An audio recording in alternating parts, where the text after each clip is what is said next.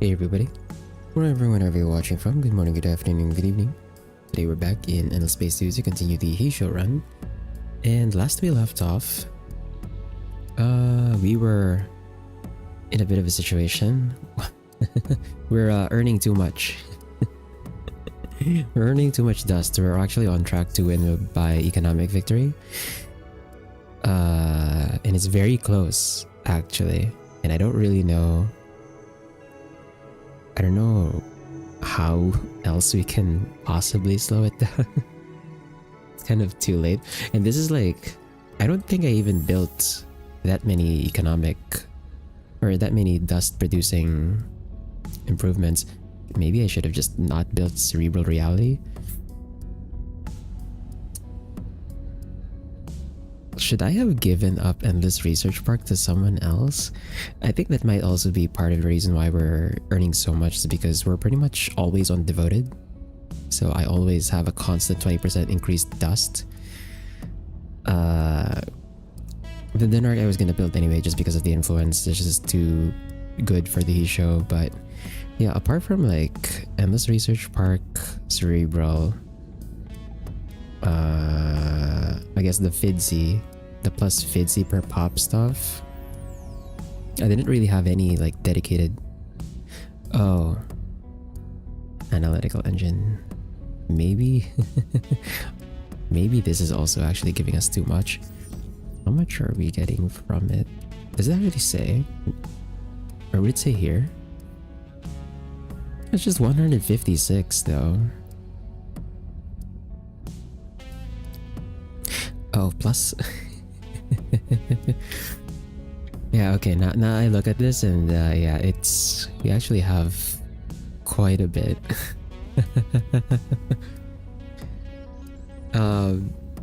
Yeah, we're not gonna get that supremacy victory. This is like the second time I failed the supremacy victory. I think about it, just because I'm earning way more dust than compared to like how fast I can siege other home systems. Obviously the galaxy itself is like pretty huge. I haven't even explored this side yet, but yeah, we're just gonna play it out and see what turn we end up winning in. But while we're waiting for that, I am going to still try and raise as many systems as I possibly can. We already got rid of the yeah, we already got rid of the Cravers, and the Riftborn don't have control of their home system anymore. We're working our way through the United Empire, and we'll see how many more systems we can take. I do have the Obliterator up here. It's just not ready to fire yet, or at the very least it's not ready to fire because I don't have the resources to pay for it. So we're gonna have to actually wait for it to be free in 4 turns. Hopefully we can still fire it at something. But anyway, let's get in here. What is this? Force us to act in anger. Bureaucratic imbroglio. Yeah, we're gonna have to do the same thing to them to match You have offended the most perfect. so that we can match the diplomatic pressure. And then, but that's another thing too, I guess, is instead of going for dust water for my level 4, maybe I should have just done I mean, it's very janky, but I could have just done Eden, Incest, Gigalattice, and Meta Intaxogen for my entire level 4 so that we get even more influence. I probably also didn't even need the +4 industry per pop ones. I didn't need Voidstone.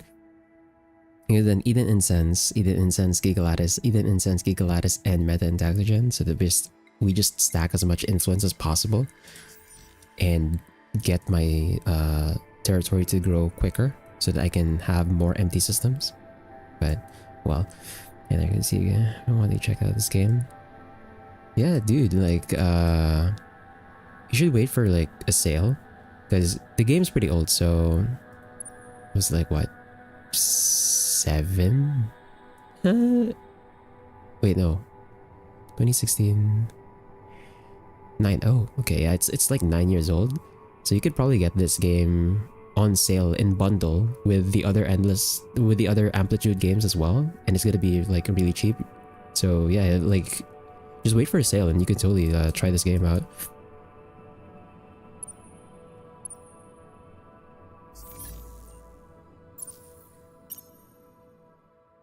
It is a fun game, and I think I've said this like many times, but I enjoy Civ 5 more than I enjoyed Civ 6, but then I enjoy Endless Space 2 more than I do Civ. So that gives you an idea on like what, at least for me, right? Like at least for me, what I think of the game compared to the other similar games in the same genre. I definitely enjoy this more than Civ.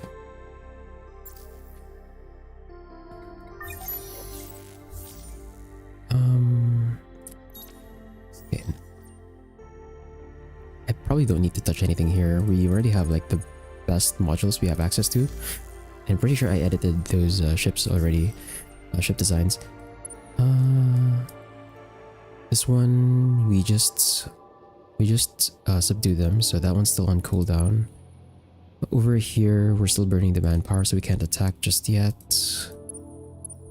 Yeah, I think it was just the market stuff, and then we can end turn and go into the next turn now.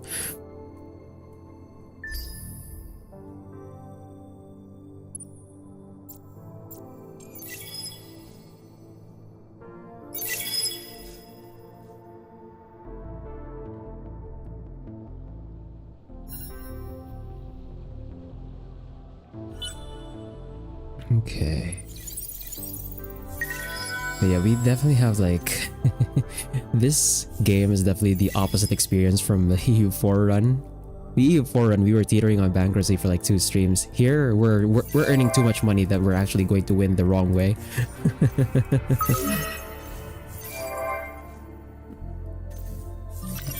Okay, what do we got here? Periodic set. Do we even need? Yeah, we don't need this.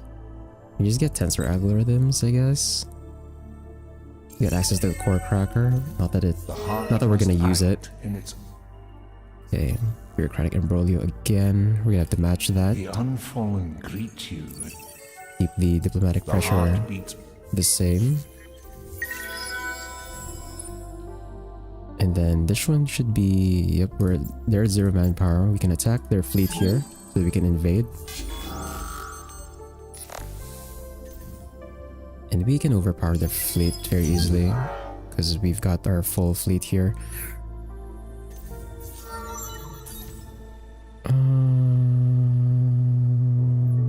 Take the damage. 20% damage on fleet. And we can go ahead and invade.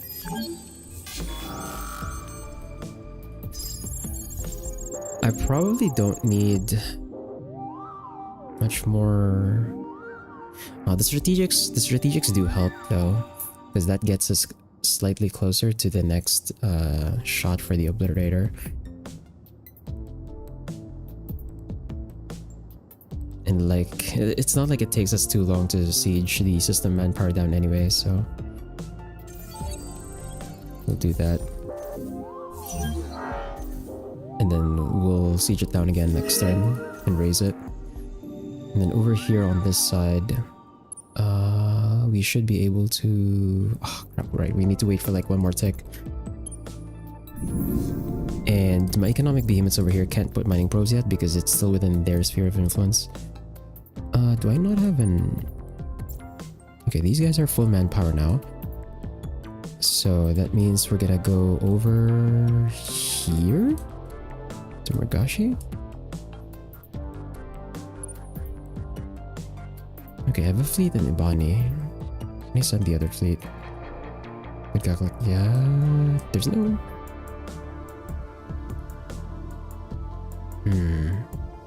Actually, there's no, there are no home systems in the Galactic Core. There's actually no reason for me to go through the Galactic Core other than opening up the systems that have a lot of deposits. but we're probably not going to need too many deposits anymore. The siege fleet is headed over here. Okay, I think this fleet was supposed to go to Zinus, but they just got blockaded. We're gonna attack their behemoth.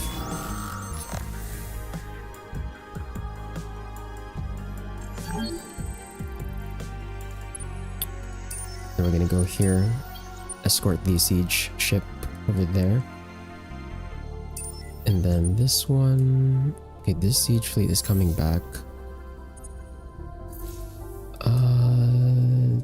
Did I already send the siege ship? Siege ship here? Not yet. So we're gonna take one of these guys. Now that we're at full manpower, I'm gonna take this one, send it over to Thea.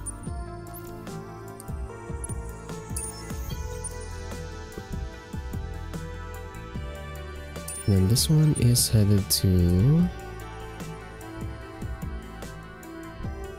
Why is this headed to Estra by itself? Should head it over to Zinus. I guess we can send this one over here to help out with the United Empire. So we're gonna send it here. And then this guy, continue exploring there. Oh, actually, okay, this one's the detector one. Doesn't have the probes, so it's actually fine. I probably don't need to use that many more exploration probes. Do we have an open mining behemoth right now?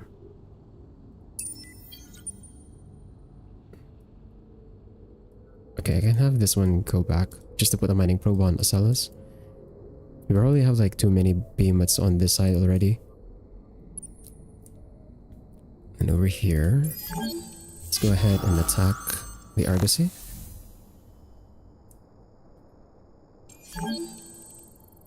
Okay, we have this system on 0 manpower right now because we're sieging it down, but behemoths don't, for whatever reason, behemoths don't have manpower on them, so we can't actually invade using them. For this.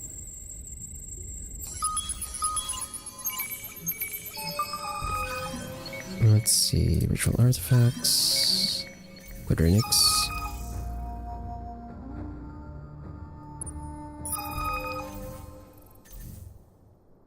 Okay, are there any more curiosities on this side? Doesn't look like it. I think we've cleared out majority of the curiosities already. So we're gonna call both of these home because we can convert them into detector ships so that we can try and find the Umbral Quartz system.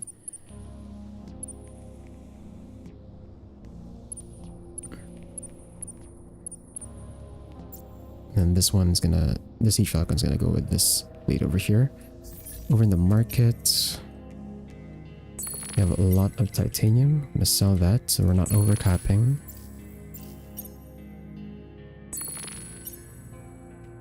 $61. And let's see, is the Obliterator ready? Not enough quadrinics. We should get, yeah, we should get enough quadrinics so we can fire it like 2 turns early. We're just gonna need to find the target. Okay, the Unfallen apparently have 5 citadels. What the f... Oh. What the f... okay. I don't... That's gonna be annoying to siege. Okay, here... We'll take... Foresighted crops for more food. I guess that... Oh, this one does eat antimatter though. I'll just take vacuum protection then. My research pretty much doesn't matter at this point since we've cleared out everything that we needed.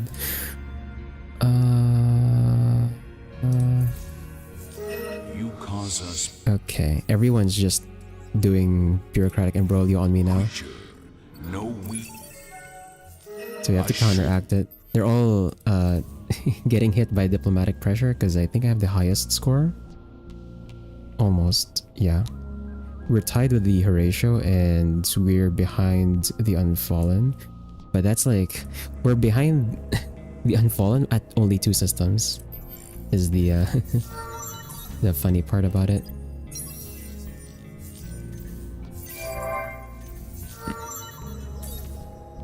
Was this guy... Okay, this guy was a governor.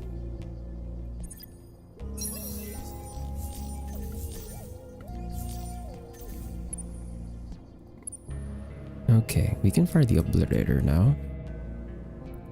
Not gonna... There's no point firing it on the Unfallen because they have the starting shield thing. So you can't cheese them. Okay, so the Volter home system is over here. And then the Horatio home system. Oh, the Horatio home system also has a citadel. Ah, okay, we're gonna fire it at the Volters then. It does mean we have to declare war though, I think. Yeah, we have to actually declare war, so... We survived the hungry shadows.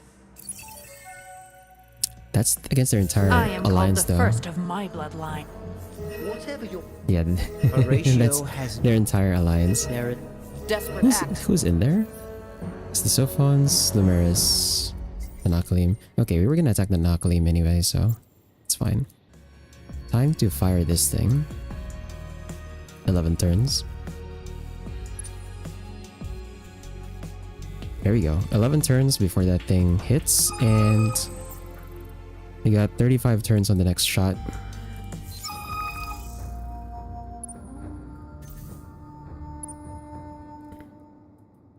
Here, we'll blockade that.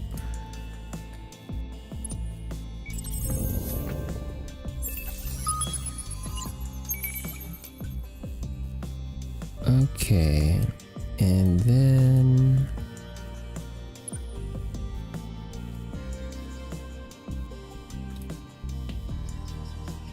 just trying to see. Over here, we definitely can invade here already. So we're gonna do that.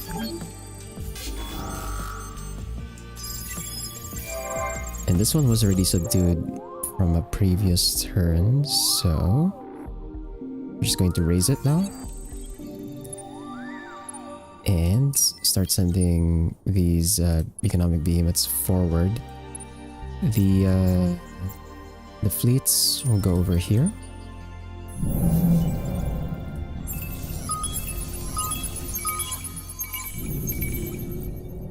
And not possible in a hostile sphere of influence, but the sphere of influence is gone. What are you talking about? What? There's no hostile sphere of influence there anymore. No. Okay, they attacked us. Our fleet is significantly stronger than theirs. By a lot. So they get absolutely destroyed, and then we're gonna attack their other fleet. What is their fleet command limit, actually? 22? Ours is 36. Okay, yeah, we have like a solid advantage on fleet capacity. Yeah, this guy's maxed, so his skills don't matter anymore.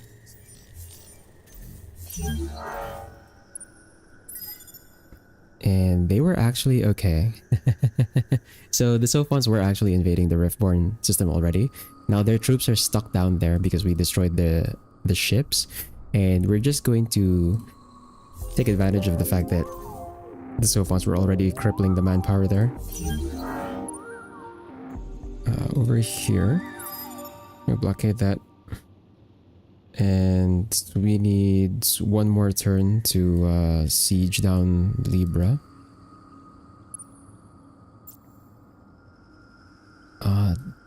I guess the other siege fleet we're gonna have to send over to Octons.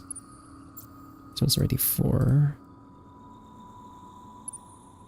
This one is about to be 4. This is one... Okay, this one, the one on this side is also already 4. Okay. And then back in the market, I'm gonna sell these.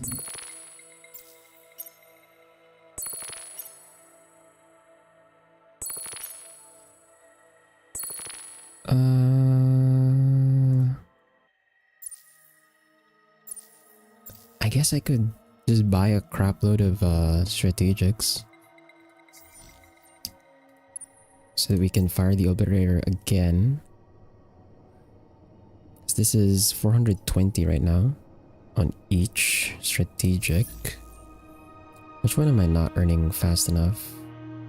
Earning 9 adamantium, 11 antimatter, 12 orichalcics, and then 6 quadrinics. Okay, so probably want to buy more quadrinics.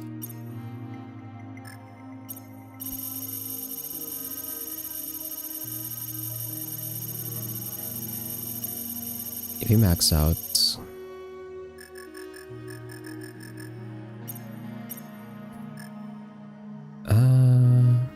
actually no, maybe that's too much if we just max out.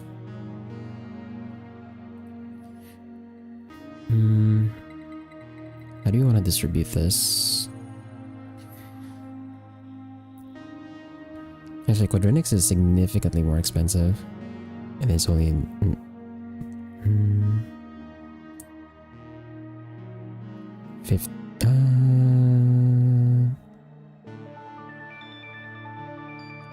how much is 40 right now?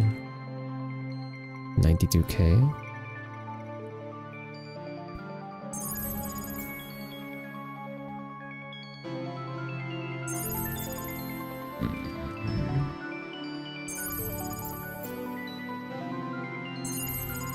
I can buy more, like way more.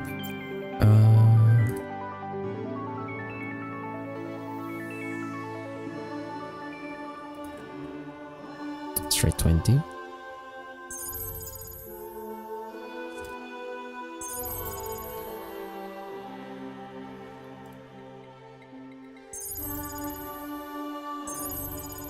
Yeah, that's probably a good spread.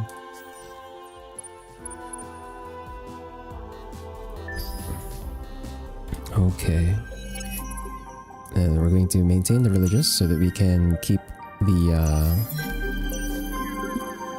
the religious propaganda for the bonus influence generation.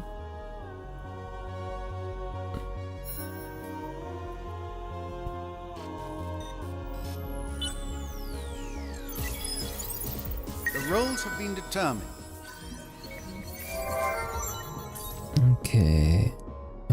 This guy's a fleet leader, so let's take the additional 10% on fleet damage.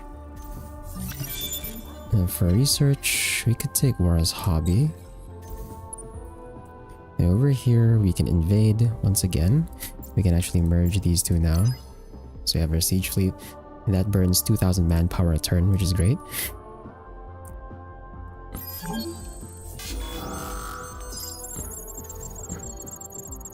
And this one we are going to raise because we subdued it earlier. So that's their home system gone. Now I could try and go for the next home system, but they're just going to recolonize this, so I have to actually really get rid of all their systems over here.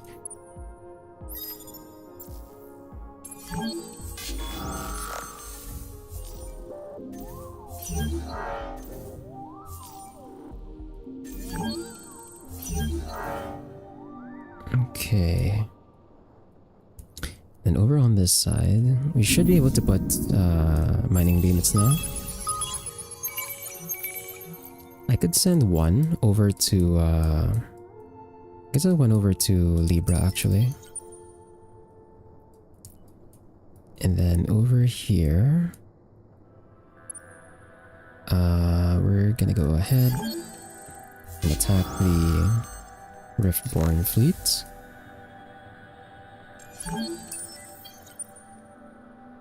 And we can't invade yet because the Sophon troops are still down there invading. We can't be a third party. The game doesn't support that feature. Okay, over in Zinus, we're gonna subdue so we get more strategics.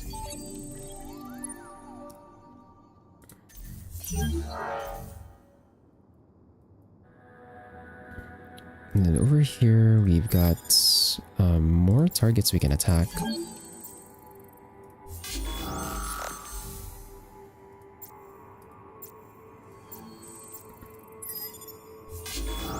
We can use the other economic behemoth to attack as well.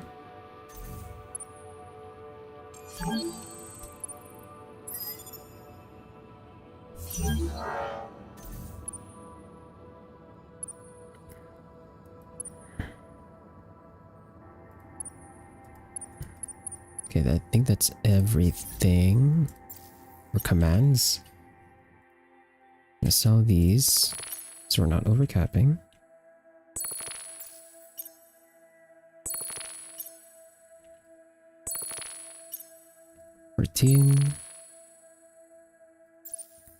And then, given the amount of dust that I currently have, I can maybe buy like 10 of these.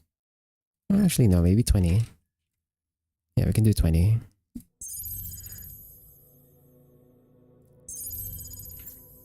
And 50.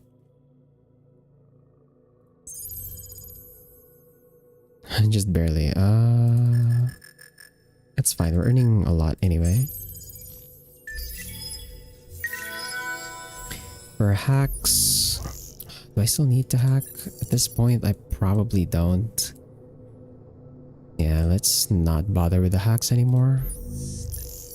We don't really get anything out of them.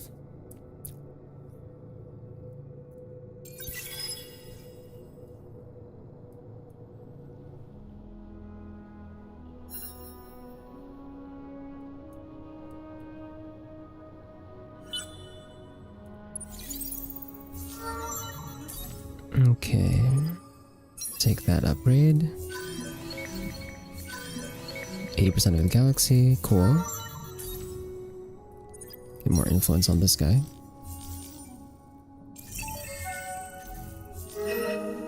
They want a truce for Adamantian? No thank you. And we actually got... Okay, distributed energy on this guy. I could... Actually, since we have to go to war in order to use the Obliterator, the Ministry of Truth makes a lot of sense here. That is going to speed up my dust income though. So, maybe not the best idea. But for the other upgrades, yeah, probably don't need to use these. Yeah, we don't really need any more science. We're earning 67,000 already.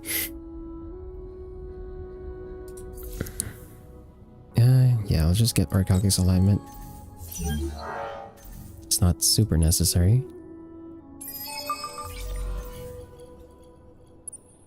And one turn to siege down Fidus. And over here, Zinus, we should be... Right, we still need like one more turn tick. Over here, we can keep destroying the Sophon fleets that are coming in. This might actually be the last Riftborn system. So we might have gotten rid of the Riftborn at this point.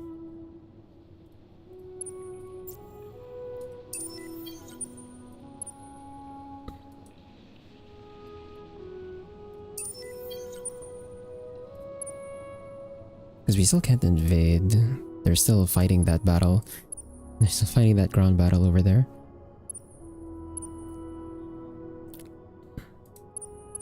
Okay, that's everything here. So these. 40, 24, 60.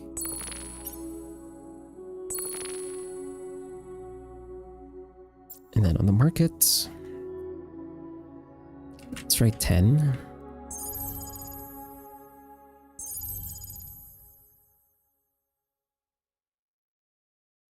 Uh, 10 of each. That's as much as I can buy.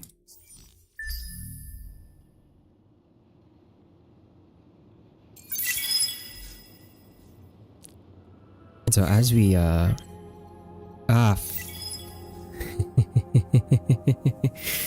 no. We won the wrong way. God damn it. Okay.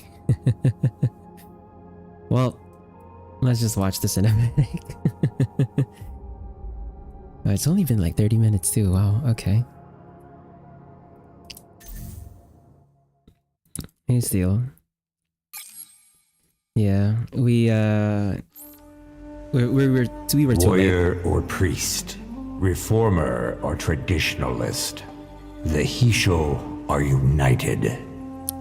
We still wield the ancient blades and the ancient ways.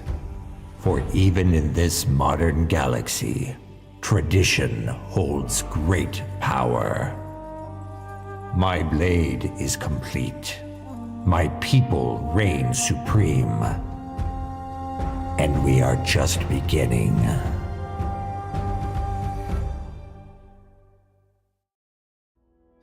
Yeah, we were too late.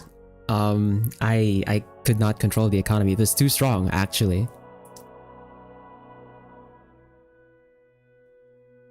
And the best part was like, we were on one system without trade companies. We somehow still managed to get an economic victory in 162 turns. Yeah, it was too much stonks. I kind of wish that economy was, you know, a portion of that was going to my EU4 stream, because on the other game, like, we were struggling. But here it's like we're earning way too much on just mining probes, which is insane to me. But that's also why I love playing the Hissho. I mentioned this many times already, but they are my second favorite faction, and they're also the faction that I really play in multiplayer lobbies. Cravers are just hard in multiplayer lobbies because everybody knows you're going to just fight everyone unless you go pacifist. But then going pacifist Cravers is like gimping yourself pretty much. Even though it works, it's like, you know, you're jumping through hoops just to play the game. With the Hissho, like, I don't have to worry about competing with any potential allies for expansion because I can just stay on one system pretty much. But oh well. So let's see here. Overall score, we actually only recently overshot the Horatio in terms of score. The Unfallen went ham actually on score, which is kind of insane. And then the Riftborn was just on a steady decline because I was just eating their systems. Then the Cravers, obviously we got rid of them very early. Or not, actually no, not even very early. It was like, we got rid of them turn 150 something. Yeah. So in food, our food looks weird. Our food looks weird, but we also do have like replacement outputs for food since we got the biofuel facilities so early, or relatively early. For industry, yeah, no, our industry is just too strong. Just from all of the mining probes and all the industry improvements, and also because Hissho pops will just add additional industry as well. And then dust, yeah, we apparently earned even more dust than we did industry, so that explains the economic victory.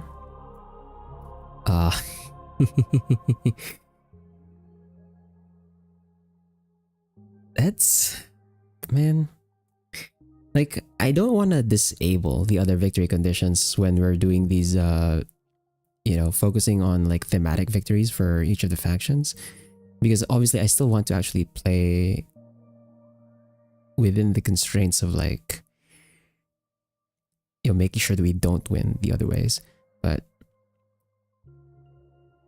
that's the second time we we failed on a supremacy victory. I think the we did supremacy victory on the Unfallen as well, but that one was a bit easier because we could ally other factions, right? Because I mentioned with the Unfallen we were doing an alliance victory, right? And supremacy is just much easier in a team. But when you're doing a supremacy victory solo, it's actually pretty rough. You just win by accident on something else. And science, yeah, our science was also incredibly high. Our science is actually, hold on.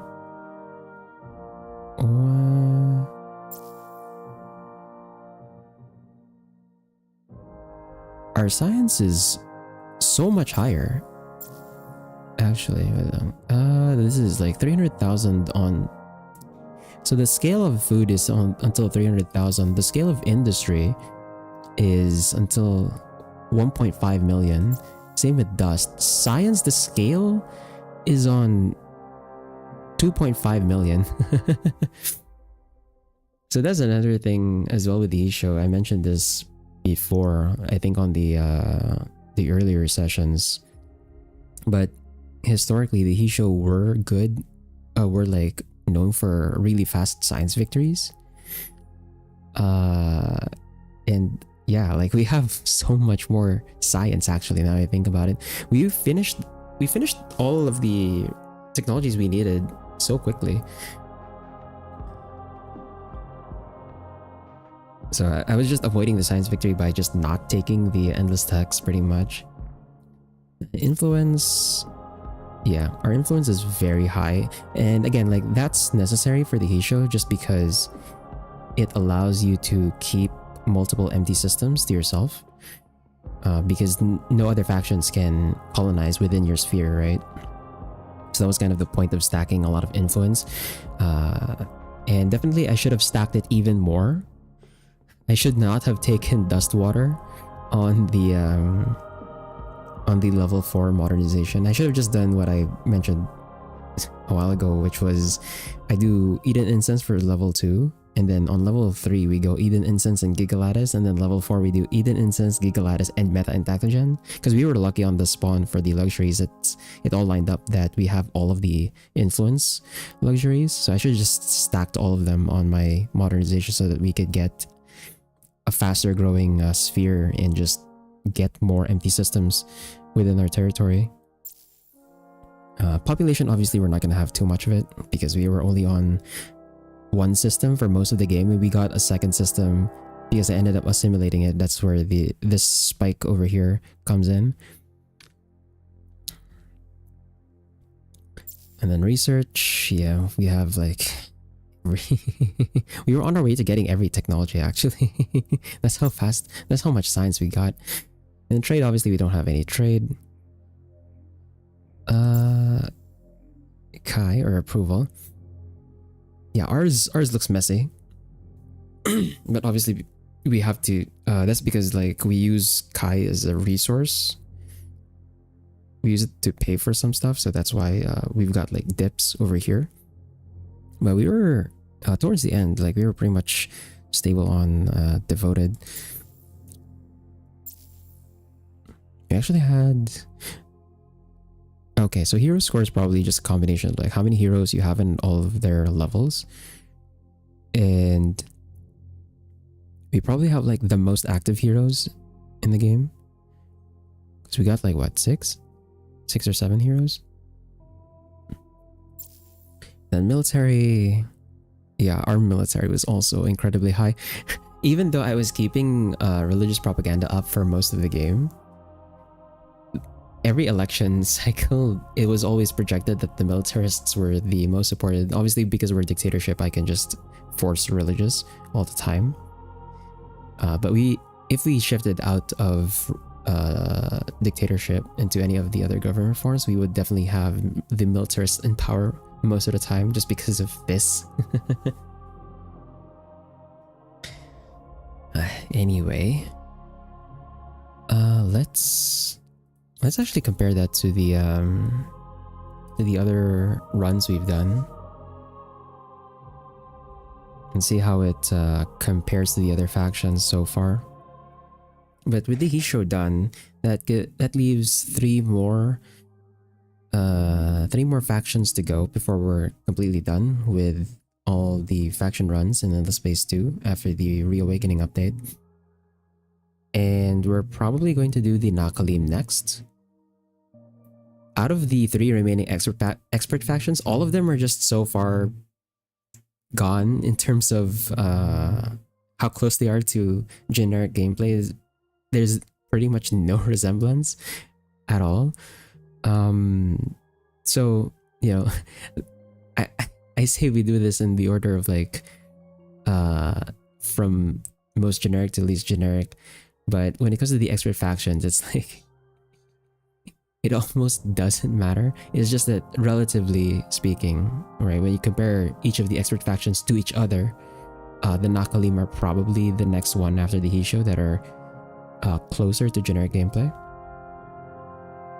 So we're gonna go with them next. I am going to have to read a bit more of the patch notes for them, though, considering the whole point of the Reawakening update was really for them, also for the academy, but mostly for the Nakalim themselves. So they definitely have like a lot of changes we have to like look to. So here we are with the other faction runs, and let's see. Okay, so the trade company does at least still make a difference in terms of how fast you can get an economic victory. So it's like 148 on the Lumeris. But that difference though, where with the Hissho, even on one system with no trade companies, we got an economic victory in just, what is this, 15 turns later than the Lumeris, which is insane to me. But yeah, you can see here, like, so the Volters was supposed to be also a supremacy victory like the Hissho, just because of the way their mechanics works. I felt that thematically it works for them as well. But yeah, we ended up winning with an economic victory with them as well. But right, the turn difference here, right, turn 190 for the Volters. So definitely with the Volter run, I was just not aggressive enough and not fast enough. So I should have played them more aggressive, similar to, or actually no, even more than what I did here with the Hissho, actually. Because definitely like going all the way to turn 190 and then winning by economic victory instead of supremacy, that one was just really my mistake. What else? Yeah, but the Unfallen one was a bit slow, right? Because we still had to get our allies. Because this one was a special case where we went with an alliance victory. So I was not focusing on my military as much, so it ended up going into turn 192 still. The Riftborn, this one's supposed to be, we technically won by Wonder Victory with the Riftborn, but for whatever reason the game also counts the economic victory, and for some reason it counts the economic victory first here. But we did actually win by Wonder Victory with the Riftborn. So yeah, the Hissho run unfortunately was a fail because we won by money instead of supremacy. For the Nakalim, we're going to go kind of back to conquest victory. We actually have, how many conquest victories do we have? We have the United Empire, we have the Horatio, the Cravers. Actually, we did end up with some variety on the victory conditions. But yeah, with the Nakalim, we're gonna go with the conquest victory. And especially, they have a nice feature. Because of their mechanics and their interaction with the Academy, we can actually get a conquest victory with the Nakalim conveniently without having to research the autonomous administration, because systems that we give to the Academy also count towards conquest victory. So that's going to be very interesting once we get to the Nakalim run. Gonna do some shenanigans with them. Although their opening is going to be sort of similar to the Hissho, because they're kind of discouraged from colonizing themselves because of their traits. We shall pull them scrape up off here. the rust of our long rest and stride across the galaxy again. We're not going to do the Nakalim run right now, obviously. I'm not going to do that. But we're just going to look through the stuff that they have, right? So, they started as a republic. Wait, they started as a republic? What the... Okay. I feel like they should be more of a federation. But okay. And they are... Oh, they start with the religious party. So, we can play sort of aggressive early without having to declare war and just invade people right away. Supported by building, generating, influence generating constructions, recruiting religious heroes, studying religion. Religious is actually fairly hard to promote now that I look at the stuff that would support the party. You can't capture systems via influence until the second ring, which I guess the Nakalim can do, because they do start with all of the first two ring techs, because of Forgotten Lore begins with the first two tiers of technology. So that's the thing about the Nakalim, why when you start the game, you always see them have the highest score at the very beginning of the games, because they just have all of the early game technologies, just straight up. But because of that, they also suffer from the increased cost of technology for having all of those research already completed. And their mechanic of not producing science does not help with that. So yeah, I wonder how you can maintain the religious party, actually, because I do want to try and maintain the religious party with the Nakalim, so we don't have to declare war on the other factions. We can just invade them directly. But yeah, like these two traits, Forgotten Lore and Beliefs Not Breakthroughs, is kind of the defining part of the Nakalim. They don't typically generate science the normal way. At the very least, not with their systems and their planets, right? Because you have like no science from planets. So straight up, you just don't have science output from your pops. And then the system itself gets its science generation halved. So all of your flat and percentage bonuses are halved. They even covered the science you get from battle tactics. You get 50% less from ship destruction. So take trophies and science from scrap are also nerfed for them. And you also get a penalty for getting technologies through diplomacy. So very, very interesting faction where they start out with a significant tech advantage, but then they research their first actual tech in like 70 turns if you don't do anything about their science generation. And then here are the other things that they added to them. The Slumbering Ruins. So this one is really interesting because you can basically find a bunch of... I think you only have like 3. I'm gonna have to check how many, but within the galaxy, you have these slumbering ruins, which you can awaken, which when you awaken the slumbering ruins, you automatically just get like a partially built system plus pops, plus relics.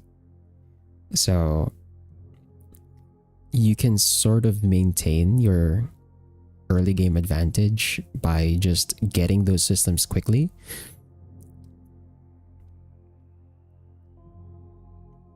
And you can have an easy time finding those relics and slumbering ruins because you also have this, which just reveals your initial area. I'm guessing by initial area it means constellation, so you should be able to see the constellation right away. But then here's the trade-off, right? Like apathetic colonists get minus 25% food from your colony's outpost, and then minus 25% from the outpost itself. So you can colonize with them, but it's kind of discouraged.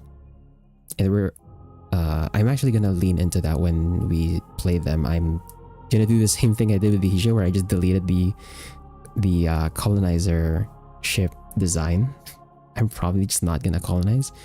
But that's also the reason, part of the reason why I want to maintain the religious parties, because I want to expand by just invading other faction systems and taking it for myself, because it's probably much faster.